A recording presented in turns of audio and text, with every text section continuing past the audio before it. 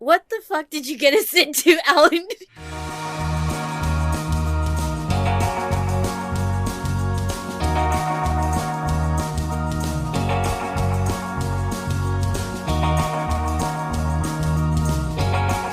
Hey everybody, welcome to the Underrated Podcast. This podcast is where we discuss about underrated movies or perhaps underappreciated or even ones that have just slipped under the radar that most people have passed by. This show is a collaboration of a couple of different podcasts, such as me, Alan, and Fred. Word up. From District 6, and Ariel. From Nerd Incorporated. And our friend over here, Derek. Hey. From Derek. So today... So today we're doing my own thing. So today we're going to be talking about a movie that I picked for us, The Void. It came out in 2016. It's a supernatural horror movie directed by Kostanski and Jeremy Gillespie. It's a pretty small budget movie. Basic plot of the movie is a small group of people get trapped in a hospital, and they're surrounded by cultists and pretty much disgusting 80s kind of style horror creatures. So, who wants to chime in first? I've seen this movie a couple times, so I'm a big fan of it. Yeah. I want to know what you guys. I think you were the only one who'd seen it before this. Yeah. Can I start off? You guys start off because I have a lot of things to say. You guys okay. What the fuck did you get us into, Alan? Because I started watching this. I'm like, okay, and then literally I marked it at 20 minutes. It jumps from this build up to we're in it now. Mm-hmm. And I was like, what the fuck? So that was my overall consensus of like this whole movie of just nonstop what the fuck moments. It definitely gave me in that 80s movie vibe of what would now be considered as like a B movie thing. Oh yeah, for sure. Yeah, it definitely gave that vibe. I appreciate it, and now looking at the Wikipedia, I'm reading right now that the creature effects were crowdfunded on Indiegogo, and I totally saw that because that was the most impressive part for me. It wasn't like was CGI. These creatures, it was like amazing looking. They literally looked like an 80s movie, like you're saying. And it was definitely that was the most impressive thing to me, and that's what I like. That definitely was the most enjoyable part of it. I gotta say the story is way out there. It jumps a lot. Like it jumps a lot.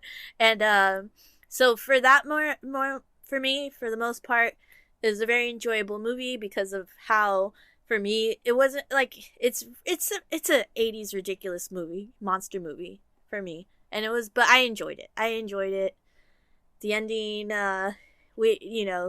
it ends up like that the two main characters end up in 30 Seconds to Mars This Is War music video, if you've ever seen that, with the giant black pyramid. Nope, but there's a giant black pyramid in that music video. I got some pyramid references to another dimension that I'll bring up when I talk about it, but we'll get to me.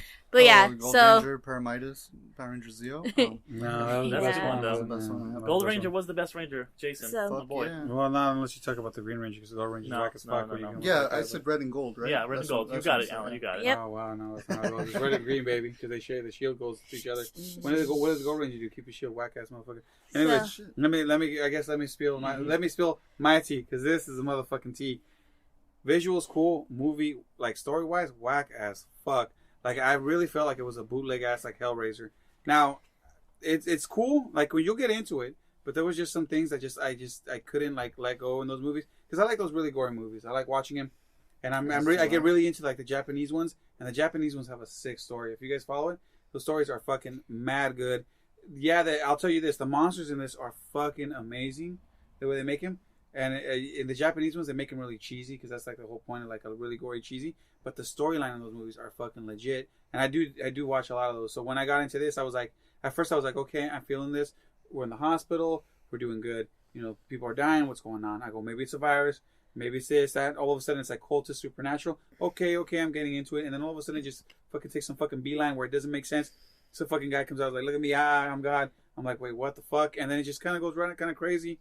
And it kind of lost me there. And that's where I guess I have more feelings for it, like kind of a little mad, because I'm like, yeah, you almost fucking had me there. I was almost like, this is it, this is the jam, and then you fucked it up, and I kind of upset me. And I was just like, well, I mean, obviously everybody's gonna have their own opinion, but I was like, man, you done fucked it up. Like you had me right there, M. Night Shyamalan. Why the fuck did you lose me? What was the main thing that lost you?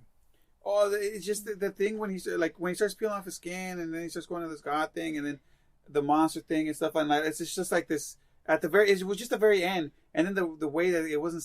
I guess I didn't get satisfied with him just throwing them in the pit. I expected a little more, but then all you see is a pyramid, and I get it. Maybe he became he ascended in the astral form, and that pyramid shit is him. But it didn't connect at the end because everything was so visual and so there in my face that at the end it becomes more less visual and more metaphorical idea that I was like, nah, man, that's where you lost me. And like I said, everybody's gonna have their own different. But for me, with those gory movies, like I said, when I watch those gory ass, I'm talking about those nasty Japanese Tokyo Police Score and all these. The story is it's a finite story. It's very simple a lot of the time, and they do have some twists. But it's always here's your start and here's your finish, and we're gonna end it this way. And it's like a concrete ending, and you see it. So if it's spiritual, it'll end with some spiritual thing. But if it's something physical there, you'll see it. It kind of ends like that. And like I said, it's just the feeling I had. It's a good movie. Mm-hmm. Don't get me wrong. I just, in my opinion, at the end of it, you fucking lost me. You almost had me, but you fucking lost me. I think in that sense, it included, I think, at least 5 different horror movie. It was what tropes. Kind of horror movie should we make it? Yeah. Let's make it all the horror. Yeah, that's what I'm saying. Well, but I'm not saying that's a negative. I will jump into that. I will jump into that since I'm the big horror guy. Yeah. But I want to hear. Yeah. Okay, so what I think, I'm not a big horror guy. We're talking about doing this podcast. Alan's like, hey, I know an underrated movie. I know The Void. We should say that Alan is our resident horror guy. Exactly. And I'm not at all. I've seen some horror movies. I'm usually not a fan. I usually don't like them. Sometimes I think they're okay. Like the new Halloween movie, I was like, it was fine. You guys loved it. I was just like, it was good. This one, so I started watching it. I'm like, okay. I don't know anything really about this movie beyond the poster, which I kind of vaguely remember seeing the poster, and it looks kind of Stranger Things-esque, because I remember it came out around the same time as Stranger Things Season 1, so I'm like, I know there's some kind of other dimensional stuff avoid to it somewhere else with some tentacle monsters or some shit in there. So I'm watching it, and it, like Fred, it starts off could be just a guy out there murdering somebody, and it kind of slowly, progresses. It's okay, no, there's some cultists. Okay, no, there's some monsters. Okay, no, this doctor's actually evil. Okay, no, he's playing God. Okay, no, and it kept amping up and up and up and up, and it was always here's another thing, here's another ring, and I was like, oh my god! At first, I was just I was really skeptical when the movie starts because it starts right off the bat. It's there was 5 logos for 5 production companies that I've never heard in my life, and I'm like, that's never a good Canadian, sign. I think. Yeah, but I was just whenever I just see that many studios that are that small, I'm like, that's a bad sign. Well, it's just marking that it's an indie film. Yeah, but I'm always a little worried. There's so many companies, and I was like, okay, well, let's see. I'll give it a chance, and I'm kind of watching. I'm like, this seems okay. But the more I watch it, the more I get into it, and I'm like, oh my god, this is all the horror movies that I actually enjoy. It's just a simple plot. It's some people, and they're stuck in a place, and they have to figure out what this shit is. And I like that the movie very slowly will just give you a little drips and drabs of details. This is what this is, this is what this is. It never has them, there is some evil monologuing going on, but even then, you still don't really know what the fuck this other evil dimension is. Is it hell? I still don't know what the fuck happened. You don't know what it is. It's still, and that's what I love about it, is that even at the end, when you have them holding hands and looking at this crazy black pyramid, you're I kind of know what's going on with this other dimension, but I don't. And how he makes this the stairs that come out of nowhere, and he's doing all these crazy monstrosities, there's Lovecraftian monsters. I fucking loved it. What it really reminded me of is me being a kid who, I was born in 1989, so my earliest memories are from the early 90s, and I remember all these movies that came out in the late 80s that were like this, that were just the scary horror movies where they're in lone location. They just gotta figure this shit out, and it's a group of teenagers or whoever it might be. There's maybe one cop there is in this movie, and they've just gotta fucking get to the bottom of it, and shit is going wrong. And one of my earliest memories ever in my entire life was being fucking terrified by this movie that I watched, where they were in this house and they open a portal to hell, and it's the same kind of thing where there's all these creatures coming in. And I've thought of that after I was watching The Void, and I was so young, I didn't even remember it. I would just remember being terrified. I looked it up. It's this movie called The Gate. That's what this really reminded me of. That, and then also with all the pyramid stuff to this other evil dimension, it reminded me of Gravity Falls. If you guys have ever seen it, there's a lot of symbolism of a pyramid that's evil from another dimension, and that's what I was thinking. I was like, this is Gravity Falls if it was like a crazy horror Oh, it's movie. Bill Cipher is the pyramid. Bill Cipher, Yeah. yeah. But you should check it out, Alan. It's really it turns good. out that he's like a fucking demon from another dimension Yeah. and shit. Mm-hmm. So it's kind of reminding me of that a little bit. But honestly, this movie, Alan, I think you hit the nail on the head. This is a movie that's flown under the radar. It's like this little indie movie that nobody's really seen or heard of. Like, it was only limited to a couple theaters, and it was mostly a video on demand release. Most of the time when you get these people who like make their passion movies, it's like The Room or Troll 2 or something. Mm-hmm. They never end up being really recapturing what they love. But this one, it totally recaptured the great horror movies from the 80s. And I say that like this, it takes a lot for a horror movie to impress me, and this one really did. I think it totally got Alan. Underrated, under the radar movie. And I'm gonna give the floor to you because. Well, I appreciate that. I think the biggest reason why I liked it is because I love horror, and you hit on you hit a lot of the things that I was gonna say, but Stole mine from you. Yeah, no, it's okay. But it's kind of like how our previous podcast where we talked about Dread. You guys should probably go check that out. Again, like kind of superhero fatigue. I kind of get horror fatigue with certain genres. Like lately, every other horror film that comes out, it's paranormal. It's like always a ghost. There's possession, just like superhero movies and just like certain other genres. It's always the same. So when I found this one, I was immediately like, oh my god, I love the 80s style, gory, nasty splatterpunk effects. The story, like you guys said, it just keeps going, and you're like, what the fuck is going on? And the whole story in general is very Lovecraftian, because Lovecraftian style is like very like, it's cultish, giant Cthulhu-esque monsters, gory tentacles. You know, you don't know what the fuck is going on. Something from like this old time. This old time somewhere. This ancient evil god kind of thing, yeah. Somewhere out in like space. Like just way out there where like none of us have ever seen. And I've always loved that kind of like thing. Where like Fred had mentioned it was like Hellraiser, which is also similar to Hellraiser 2 as well. Hellraiser 2, yeah, they're both, the first two ones are really great. Yeah. But my recommendation watching those. Oh yeah, they're dope. They're awesome. You bust your nut. It's so good. But after that, they get really Hellraiser in space, Hellraiser in cyberspace. Yeah, it's kind of like that. Yeah, it's like the first two Hellraisers are so damn good. Like Hellraiser takes Manhattan. Yeah, the best Hellraiser goes to Payless. Hellraiser goes to Payless. But what I really appreciated was that like, it's just the monsters like that used to scare the shit out of me. Yeah, because it was usually most directors would be a CGI thing, you know, which is good. I like CGI, but it was beautiful. It was like movie magic, you know? So when I can describe it as movie magic. And now learning about the crowdfunding just for that specific thing, you could definitely see, they did not take away money from that crowdfunding. They used it just for that because that was the highest quality of the movie. Exactly. And like when you see those monsters, it kind of goes back, it harkens back to like, obviously The Thing. The Thing is like a big inspiration for it, just all practical, nasty effects. But like, they were just globs, but they were like, well designed, like not designed. Yeah. It was kind of like American Werewolf in London a little bit. That too, I exactly. love that movie. Like, and the things you love about those movies is the practical effects. Even Jurassic Park.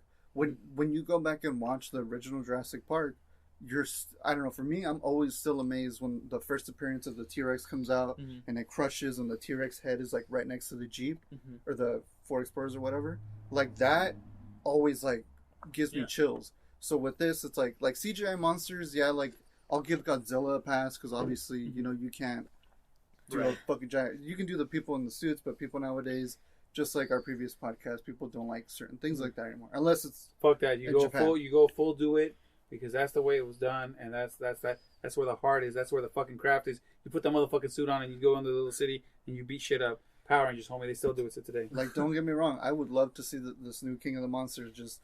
Practical suit Godzilla fighting King Ghidorah. Because you gotta do the movie that you gotta do. Kick. You can't do a movie for everybody. Exactly. Godzilla suit. But yeah, like all those practical effects. That's why I love like horror movies. Is like just because a lot of the time, you can CGI stuff, but like when it's more real, like when it's just like actually movie magic, you feel it when somebody gets stabbed. Like if you're like, oh shit, like you wince, like if you were in pain, kind of thing. There's a lot of wince moment, like when like that she bursts out. There's a lot of like body horror in this, exactly, like Cronenberg stuff. Well, that's what kicks off the whole thing. That's like the jump start is like going from it. That's okay. So this is the moment where it jump started at about 20 minutes if you go and watch it. you start off like he's talking about, you know, him and this nurse that you don't know is his wife yet. Like, you know, they allude that they lost a baby. 40 days or 30 days of night. Yeah, exactly. They lost a baby and stuff like that. And then so it cuts literally from that scene to him walking past a hospital room, looking in and just hearing something, and then all of a sudden you see this like nurse has like this black has scissors. Call back you see like the tentacles come out of her mouth before that. Do you? Oh, wait, is that no, after? no. Okay, you're right. It's after. No, so yeah, you just see her, you know, doing her best Us impression and stabbing this kid, killing this kid in the eye, and so you're like, that was the moment where I was like, what the fuck? then it all kicks off from there. It kind of that's the first kind of like jump, but they keep jumping it up and up and up every time in the movie. But the first jump was a big ass jump.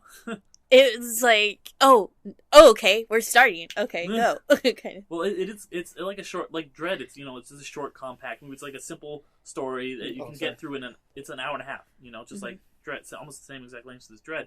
And I think that works for like action movies or horror movies like this, where it's like, we're gonna just tell you, here's a chunk. You don't like, there is a really cool mythology, but you don't get to see the whole thing. It's not like Lord of the Rings where they have like, all these appendices and stuff. It's like there's something out there we don't know what the fuck it is. There's obviously a really cool in-depth mythology. We only see the tip of the iceberg. Mm-hmm. And I think that's one of my favorite things about it. I know that was my biggest worry with you guys, was I was worried that the ending of the Giant Pyramid might be too like, what the fuck was that kind of thing. Mm-hmm. And when I first watched it, I was like, I love it. Yeah. Because like, me too. At the same time, like horror movies are great when there's a final girl and, you know, everybody, they kill the monster and stuff. I love the idea of them just being trapped in this like faraway cosmic Lovecraftian hellish land, like in like Hellraiser 2 and shit. And like, I love it because there's no optimism. There's no. I know it's kind of dark to say it, but I like that idea of they're just like, we're fucked. Well, I like that like they got trapped. He like still like reunited with his wife somehow. You don't really know what's going on with that. So yeah, it's kind of happy. And then that I like that the guy. They also have that like end chase scene where the guy like the portal's closing and he gets away, and then it's him and not to interject. That was the part that fucked me up. I expected him to be suffering, kind of like Hellraiser style, with that other guy. I thought now they're both trapped in another world and they're both going to be at each other's throats or a little bit of stuff or a little bit of something. But when I saw him holding hands with a wife, and it's kind of like it's supposed to be like Hopper, I didn't feel it. See, what I like, that's like glimmer of hope. That's why gives the viewer like, I feel like it was. I wanted that. I felt that I was gonna get that like struggle now between them, like almost like a forever fight between them or something. Like I was excited. I was kind of hyped at that moment, and like I said, that's why I was saying like it just at the very end it just kind of loses me. You know what? I know what you wanted. I think you wanted the Jet Li ending scene in the yes, where it's just fucking fighting, yeah, and it's just them like at each other's throats because it seems like because at that point at the end, because at that point he took everything from him, right? He took the wife. He's almost dead. He makes his choice to he killed the baby. You know, the baby died at the hands. You know, with that doctor maybe or something. Maybe he killed his dad. Maybe not sure. You know, he alludes to a lot of things where you're thinking maybe not. Yeah. So at this end point, I thought, this is gonna be just like the one. There's gonna be something like evil. I'm gonna see something dark. Something I didn't want the hope at that point. This movie just gave you death, and it gave you that stuff, and I was okay with that. I don't think it was hope as much. It was just like ambiguous. It's kind of like, well, what's next? Yeah, but we're locked in basically what hell is. But what I'm saying is the moment with that wife there, his wife, the one that he lost, like he was just like it gives you that little bit of like. It honestly was kind of like the end of Inception for me, where it's just like. You don't know. They're going to be they're probably going to be in hell, and it can probably be bad. But the thing is, with the wife, it kind of gives you the idea. I mean, because once you're married and you have a family and you have stuff, it kind of gives you that idea. We all have families. Well, that's what I'm saying. As a father, that's what I'm saying. But as you think, like if you're solo dolo at that point, you know it's a lot different. You think a lot different. You're more savage. You're more. Well, you know, how am I going to survive this? I'm all alone. You know, I lost everything. Like hope, everything's taken from you. But all of a sudden, if you're in another, you know, like let's say you're in the afterlife or wherever the fuck you might be, if you've got your partner that was your partner by your side, there's always hope. And that's that idea that you get. I do like that. I like it's kind of ambiguous. You're like, it might have fuck that. He should have been suffering. I should have seen his chest opened up at the end and the guy sticking his little like tentacles through him, and then him like choking the guy, and then that's how it ends. And then Jet Li comes in and he starts punching everybody. Jet Li out of nowhere. You know what I would have? They blew the whole budget on Jet Li. They Yeah, couldn't that was afford it. any They're like, monsters. They're like, we can make practical effects in the backyard. We've got Jet Li for We 5 just Yeah, seconds. I don't know. I just, when I saw it, it was cool, and I just expected more suffering. Here's what I thought the ending was gonna be, and I'm really glad it wasn't. And I was like, please don't do it, please don't do it. I thought it was gonna like end, and they were gonna be when you see like the two survivors kind of come together. I thought they were gonna kind of pan down to the basement, and you were gonna see like a hand or like something come out, like the doctor Like that would, daughter it would open, thing. like no, it would be like the doctor like would come back and he would open his eyes and it'd be like bum bum, and it would be like, because I hate that cliched ending where it's just like, I feel like every horror Like movie the does end it of where it's He-Man. like, he's you know really, what- Right? yeah, exactly. Yeah. Wait, no. Like exactly, like the ending of He-Man. So many movies do that where they're just like, and the bad guy's still here. Beast. It's like a jump scare ending. They try to like make you like have like one last scare, but it wasn't. The ending was very quiet, No, and I liked you that know what a I was lot. going to say with that is, I feel that a lot of people put that glimmer of hope, like the directors, because they're assuming I'm going to make a second one, hopefully, if this does well. Yeah. And I feel that this movie did. was done in a way that it's done. It's done. Yeah. But because they're in another world and it's like that, you're always open to that the hole opens up and they come back out. I mean, you can do whatever you want at that point, but they make it in a way that if it ends, it ends.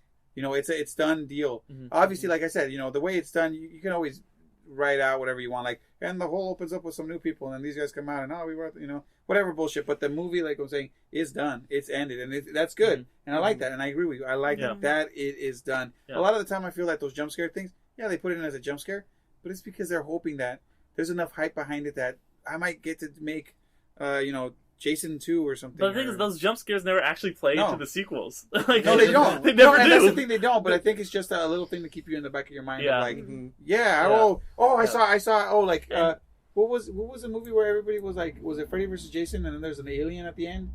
No, you thought- Freddy versus No, you're thinking Jason. about, Freddy's head Yeah, that, blinks. It's Yeah, no, yeah, you're, Wait. I think you're thinking about the Final Friday Mhm. where he gets He gets Freddy's hand. hand. Yes, out and that. grabs him. Yeah, Jason's that's hand what. Yeah, Freddy. there you go. That's what I thought. Yeah. Where it gives you like this hope of like, oh shit, we're Yeah. about to see something cool. Yeah. And it's like that where it's obviously if they Yeah. do it, it's not going to start that way.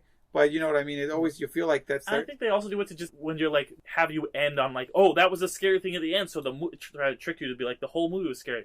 But this one they don't try and trick you. They have that like quiet, creepy moment at the end. There hasn't been a scare for like the last 5-10 minutes of the movie, which is a lot in a 90-minute movie. Mm-hmm. And then Ariel, were you gonna? Yeah. I think you were gonna say something about, I don't know if it was the ending or. Oh no! For the ending, for me, it was like it was okay.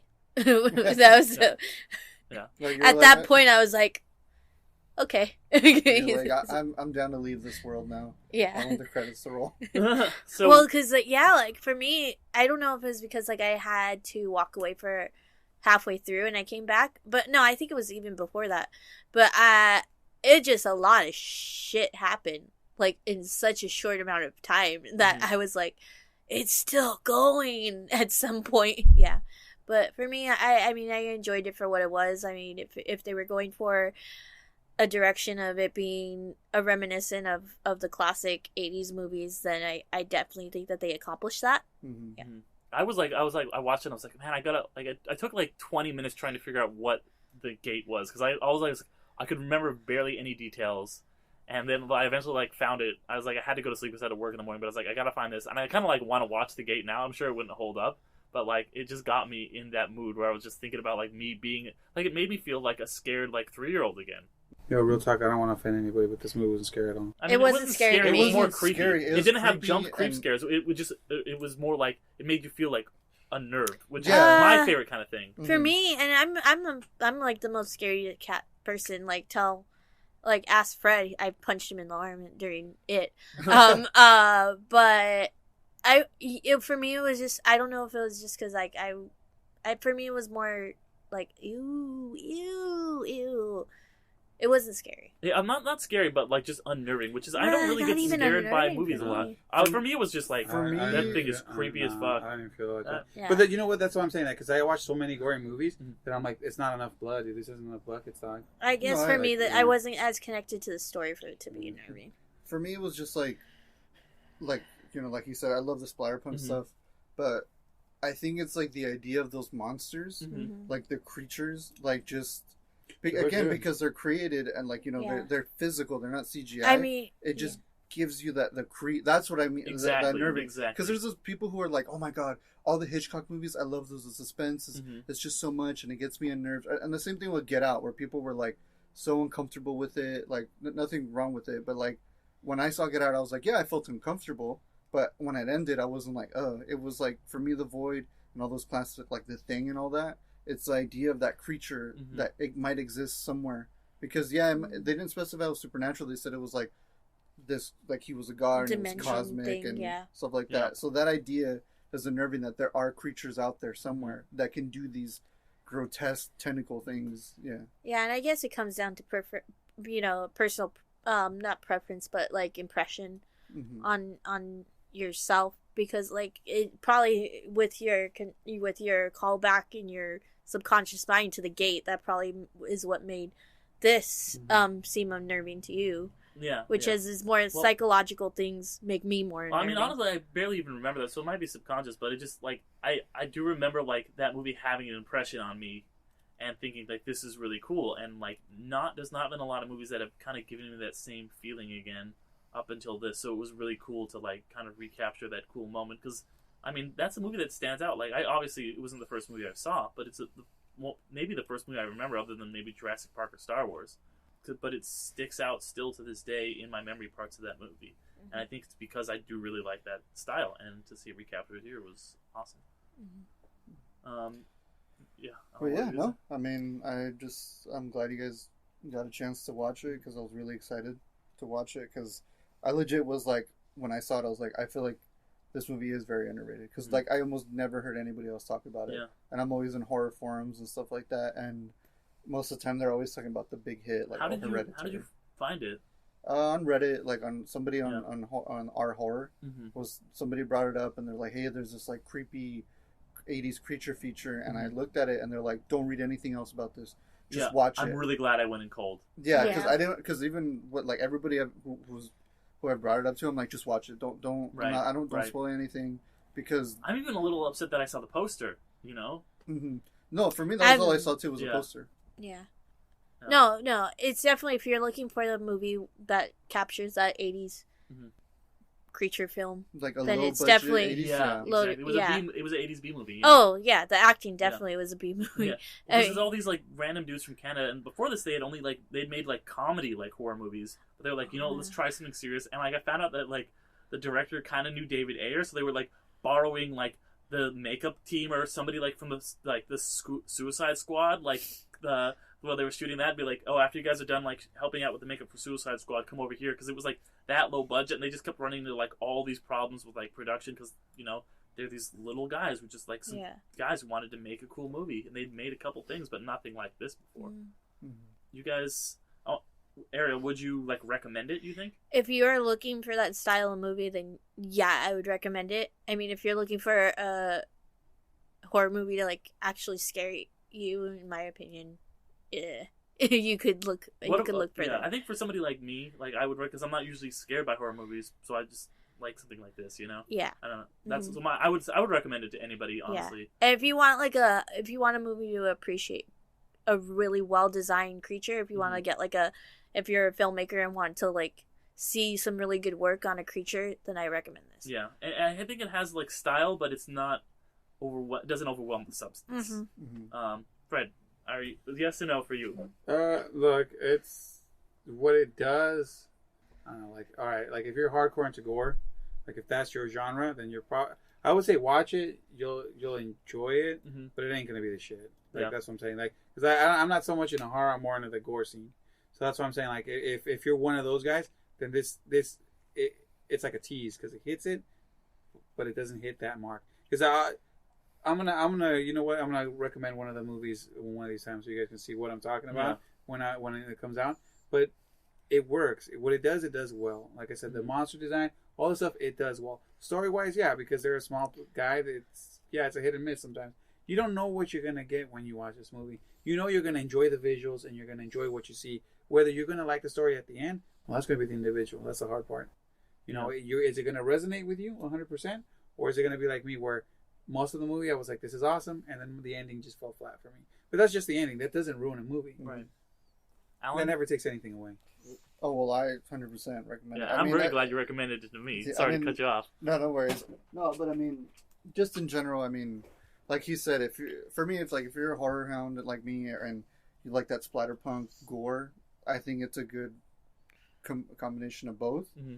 It's not jump scary either. It doesn't have jump scares. Right. Just watch it for what it is, and like I just watch it to appreciate everything. Like it's like the filmmaking process is what I love the most. It was definitely it's you could definitely that shines through of it being what's that word passion project. Yeah, definitely. For sure. It definitely shines through. I was saying, unlike other passion projects, I think it really works. It's most passion projects you see them because they're so bad.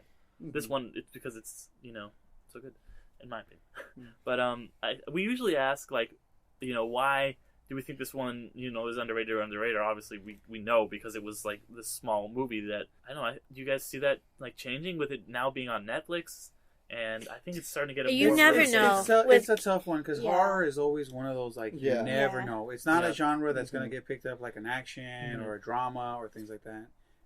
The issues, you can sell it, but there's a lot of people that don't care for horror. I think it might end up kind of like in the cult canon. You know what I mean? Yeah. Like it's not there yet, but I think it could get there where it's like it was back in the day. If this was like 20 years ago, people would be like, "Oh, I've got this crazy VHS. We've got to pop this shit in. Like we'll come on a Friday night, And now it's that with Netflix. Mm-hmm. There's all these like classic horror movies that you're like, oh man, like The Gate is one where it's just like, oh yeah, have you seen The Gate? It's this great horror movie from back in the day. But that's what this is a modern version of. So I could see it like horror fans or like or just big film buffs, who aren't like me, who aren't even like horror fans, really being like, oh, this is a gem. You got to check this out. And it's not gonna be a movie that Joe on the street knows, but I do see it maybe building a cult reputation, a la like, even though that it does it for different reasons, something like The Room, where it's just like, yeah, you got to check this shit out. Like it's it's wild. Yeah, I definitely think it would possibly get that kind of situation. But that was great, guys. Alan, you want to take us out? Well, thank you everybody for listening. You'll find us on Spotify, iTunes, YouTube. Hit that subscribe button. Anchor, everything. We're on. That's going to be our hosting site, Anchor. So you can check us on the site. Cool. And just follow us at our Instagrams, Facebook. Undercast Company, Ariel, Nerd Incorporated, Derek. Derek's photos on Instagram. And then me and Fred. We're here if you want to say. Instagram and whatever. Keep your butt cheeks tight. Yeah. On just for District 6. Yeah, and you can check a lot of us out on also my podcast, Infinity Stones and Dragon Bones. Okay. All right, see you guys. Thanks for being amazing. Spooky.